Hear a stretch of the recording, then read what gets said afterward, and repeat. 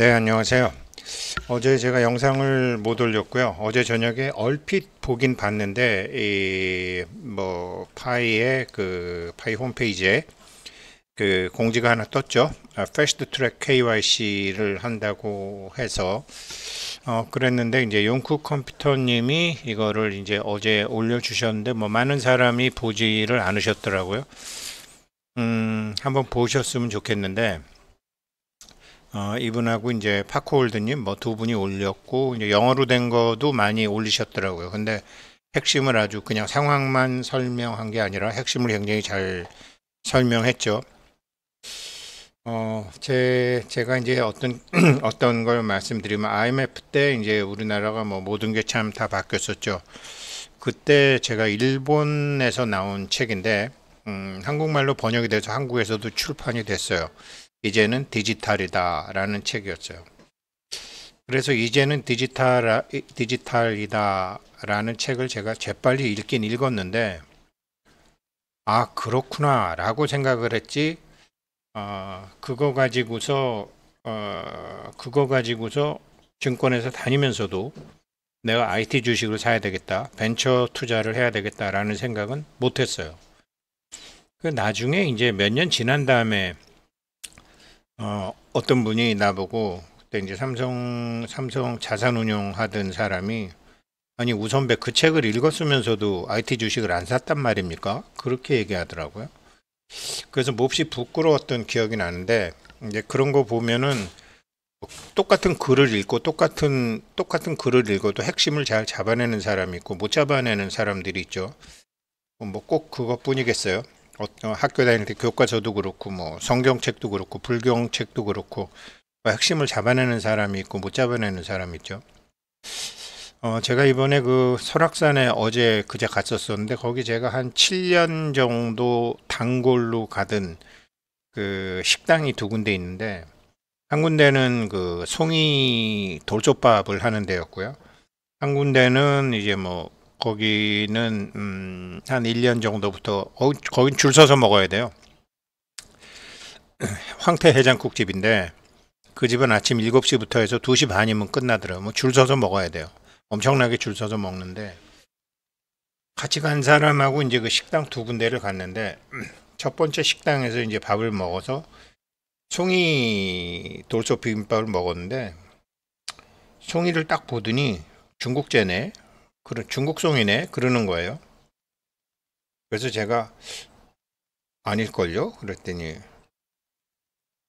아니 이 양양은 원래 이게 중국 송이로 예전부터 유명하다. 한번 양양에서 송이 축제를 했는데 그때 송이를 막 2만 원에 팔고 그랬다.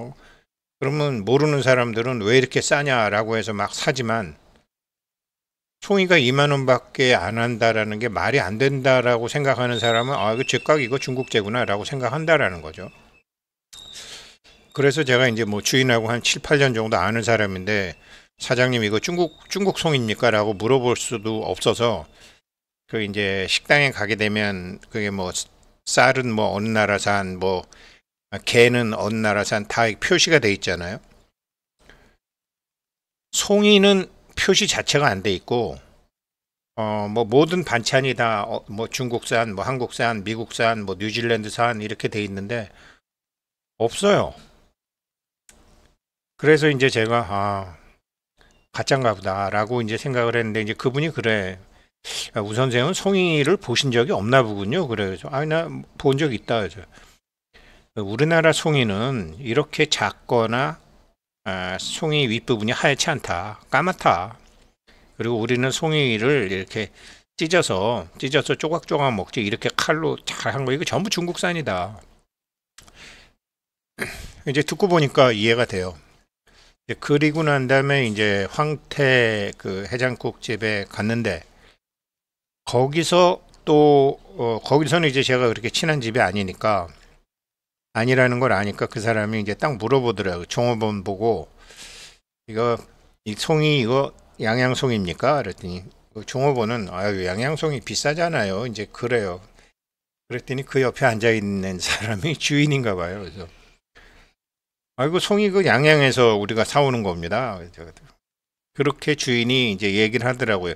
이 사람이 큰 소리로 얘기하고 뭐 사람들 밖에 엄청 많으니까. 그랬더니 아니 그래서 송이를 양양에서 사온 건 맞는데 어디서 샀는데요? 그랬더니 양양시장에서 샀다고 이제 그 식당 주인이 얘기해요. 그러면 양양시장에서 파는 게 양양에 있는 강원도 산에서 채굴 한 송이입니까? 안 그러면 중국에서 수입한 송이를 양양시장에서 파는 겁니까? 그랬더니 주인이 벌떡 일어서 나가버리더라고요. 그 가격이 나올 수가 없잖아요. 상식적으로 생각해 보면. 그러니까 참 아무 생각 없이 그냥 맛있다고 먹는 경우 그런 식으로 이제 생각해 보면 저도 송이 한 박스 산 적이 있는데 한 박스 사면 한 20만 원 하는데 몇 개 들지도 않았는데 2만 원짜리 송이 거기에 있는 게 그게 한국 송이일 리가 없죠. 근데 이제 그 사람은 외형만 보고도 딱 알더라고요. 가격으로 보면 뭐 그렇게 아는 거죠. 그런데 그냥 뭐 양양에서 하는 송이 집이니까 양양 송이라고 사람들은 자기 선입견에서 그냥 그렇게 믿고 들어가는 거죠. 그런 것처럼 이제 뭐 파이코인, 이 패스트 트랙 KYC 이렇게 올리면 사람들은 뭐 들어도 잘 모르죠. 그런데 정말 똘똘한 사람들이 딱 이거를 주목을 했네요. 그 중에 이제 용쿠 컴퓨터가 제대로 했기 때문에 상세한 거는 이제 파이코인 패스트 트랙 KYC에서 들어보시면 되고 결국은 이게 요번에 이제 KYC가 그러니까 예전 같으면 이제 이게 30일 정도 매일매일 24시간마다 눌러서 30일 정도 하게 되면 KYC를 신청할 수 있는데 그걸 없애겠다라고 했다라는 거죠. 뭐 그걸 없앤다고 그래갖고 뭐 아무나 막 KYC가 되는 게 아니라 일단은 그런 식으로 들어와서 파이 생태계를 구경하고 여러 가지를 할 수 있다라는 거지. 그렇게 얼렁뚱땅하게 해가지고 그런 사람한테도 막 지갑을 오픈한다든지 지갑은 오픈해주면 마이그레이션을 해준다든지 이런 건 안 하는 거라는 거죠. 원리 원칙은 지킨다는 거죠. 그런데 이제 이렇게 하는 과정에서 이 용쿠 컴퓨터에서 설명을 하는 게 표준 전쟁이라는 말은 쓰지 않았지만 이제 이더리움하고 이제 미국이 시리아 제재 해제한 거 하면서 이게 표준 전쟁을 준비하고 있다라는 소리구나라는 것도 저는 이제서야 알기 시작한 거죠. 이 표준 전쟁이라는 거는 엄청난 게임이죠. 이거는 뭐 지금 암호화폐도 아직 표준이 안 정해진 거죠.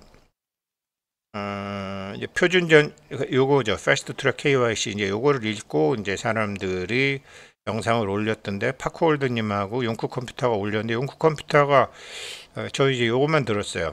뭐 배경 설명은 없고 라디오 모드로 쭉 설명을 해주는 건데 한번 들어보실 만하고 들어보셔야 될 것 같습니다. 그리고 저한테 이메일이 들어왔는데 일스마라는 분이 저한테 메일을 주셨어요. 파이코인이 이제 본격적으로 되는데 이게 보안을 강화해야 되겠다. 그러면서 이분께서 찾아내신 그 보안 강화하는 방법을 파워포인트로 이렇게 자료를 만들어서 저한테 보내주셨는데 제가 이제 다른 영상 이거 표준 전쟁을 먼저 했기 때문에 이거를 다시 한번 공부해서 말씀드리고요. 아무튼 일스마님 이렇게 정보 주셔서 제가 또 공부해 갖고 다른 분들에게 알려드리도록 하겠습니다. 감사드립니다. 결국은 이제 요번에 여기 패스트 트랙 KYC를 이제 보면서 예를 들어서 이렇게 설명을 한 거예요. 그러니까 RWA죠. 이게 이제 실질적으로 이제 그 자산화된 코인을 만드는데 이렇게 하다가 보니까 이더리움에서 이제 제일 먼저 눈치를 채고 포콘이라는 분이 7월 29일에 올려주신 자료에서 제가 봤는데 토큰화를 위한 이더리움 토큰 표준 결국은 그러니까 ERC 1400 갖고 안 되니까 ERC 3643을 만들어 갖고 표준으로 가고 있다라는 거죠. 그런데 이것을 이제 비유해서 설명을 했는데 가령 이제 그러면서 요거 하나 이더리움 3643에 대해서 얘기했고 시리아에 대한 얘기를 했더라고요. 그러니까 파이코인이 채굴이 안 되는 나라들이 있죠. 북한, 쿠바, 이란, 시리아, 우크라이나인데 러시아가 점령한 크림반도, 뭐 남수단, 뭐 이게 안 되는 나라들이 230개국 중에서 안 되는 나라들이 있죠. 파이코인 채굴이 안 되는 나라들이 있는데 트럼프 대통령이 이제 시리아 정권이 바뀌면서 21년 만에 시리아 정부 제재를 공식 해제했다라는 거죠. 전부 다 해제한 건 아니지만 거의 해제했죠. 그런데 트럼프 미국에서 시리아 정부에 대한 제재를 해제를 하니까 파이코인도 시리아 채굴 금지 국가에서 채굴할 수 있게끔 이제 시리아 사람들도 파이코인을 채굴할 수 있게끔 정책을 바꿨다. 이거는 무슨 소리냐면 이제 계속 그 큰 틀에서 미국의 정책이라든지 미국의 정책에 같이 가기도 하고 암호화폐로서 그리고 그 나라 상황이 바뀌면 파이코인의 정책도 바뀐다라는 거죠. 이게 230개국을 대상으로 하는 파이코인에서는 아주 엄청난 무기라는 거죠. 이런 거를 가로놓게 이더리움 같은 데서 1400으로 하다가 1400으로 안 되니까 3643으로 하고 이런 식으로 계속 하고 있지만 파이코인은 이런 것을 처음부터 준비를 해오면서 KYC를 했다라는 거죠. 그 KYC는 언젠가는 지금 IT 상에도 그렇고 블록체인에도 그렇고 암호화폐도 그렇고 언젠가는 이게 표준 전쟁이 벌어질 것이다. 그 표준 전쟁이 벌어질 때 표준을 딱 되는 사람은 그냥 뭐 게임 끝나는 거죠. 그거로. 나무 표준이 안 되는 거는 뭐 그냥 아웃돼 버리는 거죠. 그 게임이다. 그래서 파이코 팀 요거는 두 개, 파코홀드님하고 용쿠 컴퓨터님 두 개 했는데 제가 파이코님 거는 아직 못 봤고요. 용쿠 컴퓨터님 거를 봤어요. 거기에 이제 시리아 정부에 대한 파이코인 채굴 가능하게 한 거, 그 다음에 이더리움 3643 이런 것이 이제 파이코인의 큰 그림상에 먼저 다 들어가 있었다. 이 파코홀드님이 올린 거 중에서 뭐 저 코어 팀이 한국에 오는 것 같은데 한국 와야죠. 한국 와야지 뭐가 되는 거지. 한국 안 오고 뭐 미국에서 소꿉장난을 하듯이 뭐 360개국 한다는 건 말이 안 되죠. 제가 말씀드렸지만 중국인이나 중국인이나 인도인이 전 세계에 퍼져 있지 않지만 이유는 알 수 없지만 이상하게 한국 사람만 유엔에서 가입한 193개국에 한 명이 살건 10명이 살건 한국인들은 다가 있다. 다가 있다. 그리고 현대차와 삼성 핸드폰은 다가 있다. 그런데 이런 거를 모르고서 한국에 오지도 않고 있었느냐. 아무튼 뭐 코어팀이 온다 그러니까 왜 오는지 모르겠지만 어젠다는 있겠죠. 뭐 찾아보면 어젠다는 있겠죠. 뭐 놀러 오겠어요. 뭐 캐대원에 성지순례 한다고 오겠어요. 뭐 한다고 오겠어요. 아무튼 그것도 파크월드님이 올리셨던데 그것도 한번 제가 보고서 말씀드리고요. 그리고 핵심적인 게 이제 여러 가지로 표준 전쟁이라는 게 뭐냐. 이거 니콜라 테슬라하고 에디슨하고 전기 표준이 이게 직류냐 교류냐 가지고 뭐 엄청난 걸 했잖아요. 그래서 그때는 이제 힘과 이제 사회적인 명망에 있던 에디슨이 이겼지만 세월이 흐르니까 결국은 니콜라 테슬라가 맞았다. 그래서 교류로 가게 되는 거죠. 이 표준 전쟁이었죠. 그리고 뭐 대표적인 게 이게 우리 비디오 테이프 처음 나왔을 때 소니하고 JVC하고 했잖아요. 그런데 소니가 이겼죠. 그리고 지금은 이제 전기차를 표준 전쟁을 해야 되는데 지금 5.5 한국에 돌아다니는 차 중에 5.5대 중에 한 대가 전기차다. 근데 표준을 어떻게 할 거냐? 테슬라로 통일이 될 거냐? 현대차는 지금 어떻게 할 거냐?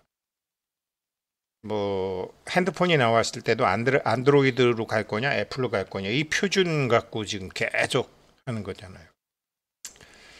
근데 이게 이제 비디오 테이프 같으면 소니가 전부 다 가졌고 그다음에 직류와 교류할 때도 처음에는 직류가 다 가졌다가 이제 나중에 직류와 교류가 같이 쓰게 되는 것처럼 표준이 꼭 한 개만 되는 건 아니죠. 그런데 거기에 경제성이 붙으니까 승자가 모든 것, 승자 독식 게임이 되는 게 표준 전쟁이죠. 표준화로 세계를 바꾼 역사적 인물 그러면 뭐 대부분 제1번이 진시황이죠. 그러니까 춘추 시대와 전국 시대가 있는데 중국에서 춘추 시대에서 전국 시대로 바꿀 때 그 마지막이 오나라 월나라 전쟁으로 월나라가 이기는 게 춘추시대고 그 이후로 전국시대인데 그게 뭐 2, 30개 되는 나라에서 이제 6개의 나라 정도로 나중에 또 이렇게 되잖아요. 그거를 이제 진시황이 통일을 하는데 그러다가 보니까 표준을 한 거죠. 길이, 부피, 무게, 뭐 도로 길이, 도로 폭, 수레바퀴 크기, 그렇게 해서 이제 규격화를 시켜버린 거죠. 그리고 달력도 통일을 했고. 근데 진나라가 무조건 밀어붙이거나 다른 나라의 도량령은 없애지 않았다라고 인터넷에는 나와 있지만 실제로 그렇지 않았죠. 막 말이나 이런 것도 그러니까 야드하고 미터, 1야드. 지금도 골프장 가면 뭐 100야드다, 뭐 90야드, 야드하고 미터, 파운드하고 달러. 이게 뭐 엄청난 표준 전쟁이죠. 그렇게 되는데 이 표준이 이것이 암호화폐에서 지금 일어나고 있다라는 거죠. 그런데 이 표준화에 계속 튜닝을 하는 게 파이코인이라는 거죠. 그거 때문에 지금 KYC 정책을 바꾼 것 같지만 핵심적인 건 바꾸지 않았다. 지금 이제 그 얘기고요. 빌 게이츠도 마찬가지죠. 빌 게이츠도 컴퓨터 운영체제, 인터넷 익스플로러를 만들 때 컴퓨터 PC 이거로 표준을 삼아갖고 떼돈을 버는 게 빌 게이츠죠. 정치와 표준은 떨어질래야 떨어질 수가 없죠.